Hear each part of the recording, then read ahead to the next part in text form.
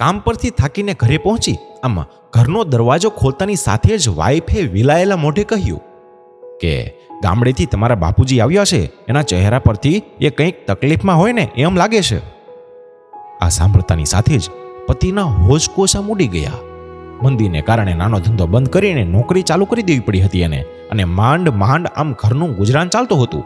એવામાં ગામડેથી બાપુજી આવ્યા છે તો ચોક્કસ કોઈક મદદ માગવા માટે જ આવ્યા હશે.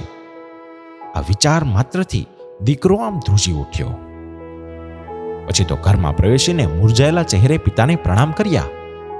સાંજનું ભોજન પતાવીને પિતાએ પુત્રને કહ્યું કે બેટા, તારી સાથે મારે થોડીક વાતો કરવી છે. પિતાની વાત સાંભળતા જ દીકરાના હૈયામાં ફાળ પડી. નક્કી હવે બાપુજી પૈસાની માંગણી જ મૂકશે. મારી કેવી સ્થિતિ છે એનો બાપુજીને જરા પણ વિચાર નહીં આવતો હોય. મને ફોન કર્યા વગર સીધા જ અહીંયા પહોંચી ગયા. આવતા પહેલા ફોન કર્યો હોત ને તો ફોન પર પણ તેમને મારી મુશ્કેલી જણાવી શકત કે નહીં.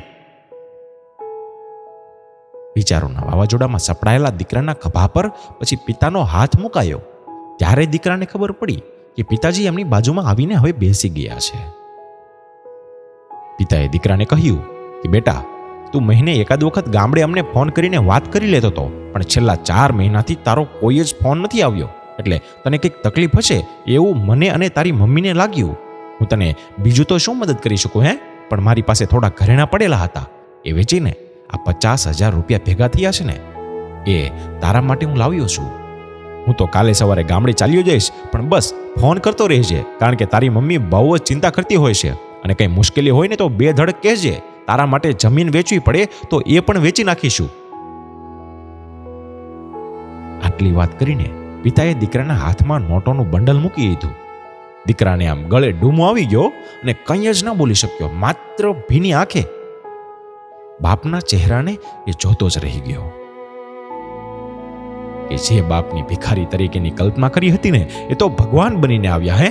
આપણી મુશ્કેલીના સમયે પોતાનું સર્વસ્વ આપીને આપણને મદદ કરનાર પિતા કોઈ મુશ્કેલીમાં તો નથી ને, એ જોવાની ફરજ માત્ર ભગવાનની નહીં, આપણી પણ છે દોસ્ત, આપણી પણ છે.